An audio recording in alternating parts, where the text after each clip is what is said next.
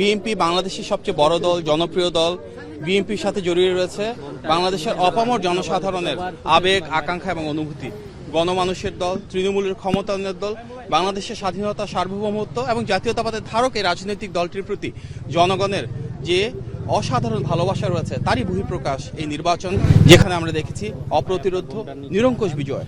আজকের এই বিজয় শুধু বিএনপির না, এই বিজয় গণতন্ত্রের, এই বিজয় বাংলাদেশের।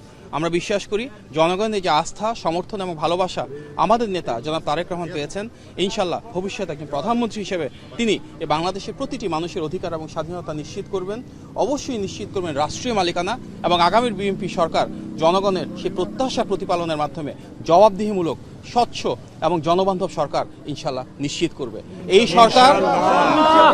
এই সরকার দীর্ঘ গণতান্ত্রিক পথযাত্রার পর অনেক গুম, খুন, হামলা, মামলা এবং মানবাধিকার লঙ্ঘনের উপর, অনেক শহীদের ত্যাগ সংগ্রামের উপর দাঁড়িয়ে রয়েছে। সুতরাং আমাদের নেতা ইনশাল্লাহ শহীদদের মায়েদের যে প্রত্যাশা সেটি পূরণ করবে এবং আগামী বাংলাদেশে প্রতিটি মানুষের ভাগ্যের পরিবর্তন করবে, সমস্যার সমাধান করবে, এই দেশের স্বাধীনতা, সার্বভৌমত্ব এবং গণতন্ত্র অটুট রাখবে। নতুন লাইফবয় অ্যালোভেরা শ্যাম্পু চুল করে ন্যাচারালি স্ট্রং, মাত্র 2 টাকায়। এটি আমাদের নেতা সুনিশ্চিত করবেন বলে আমরা বিশ্বাস করি। ধন্যবাদ। আসসালামু আলাইকুম। এটা হচ্ছে যে আজকে চেয়ারম্যান সাহেবের কোনো প্রোগ্রাম আছে কিনা আমি শুনতে পাচ্ছি যে স্থায়ী কমিটিতে বৈঠক হওয়ার কথা আছে, সেটা কখন নাগাদ হতে পারে? দুঃখজনকভাবে আমি এই বিষয়ে অবগত নই, আমি জানলে পরে জানাবো। ধন্যবাদ।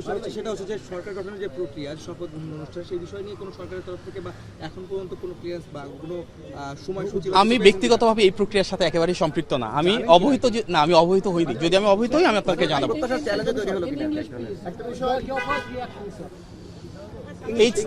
It's the victory of the people of Bangladesh, and we are very confident this democratic transition will ensure a free land again where every citizen's rights and freedoms will be protected, and together we're going to ensure inclusive development, human rights, rule of law and freedom of expression for Bangladesh to complete this democratic transition through free, fair and credible elections that everyone anticipated, and we want that this will stand as the empowerment of the people. Thank you.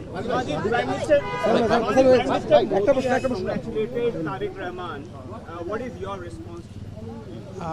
We are grateful for that. This is a gracious gesture, and of course as the global leaders continue to pour with congratulations and greetings, we'll of course ensure it's reciprocal, and our leader will respond in due time. Thank you.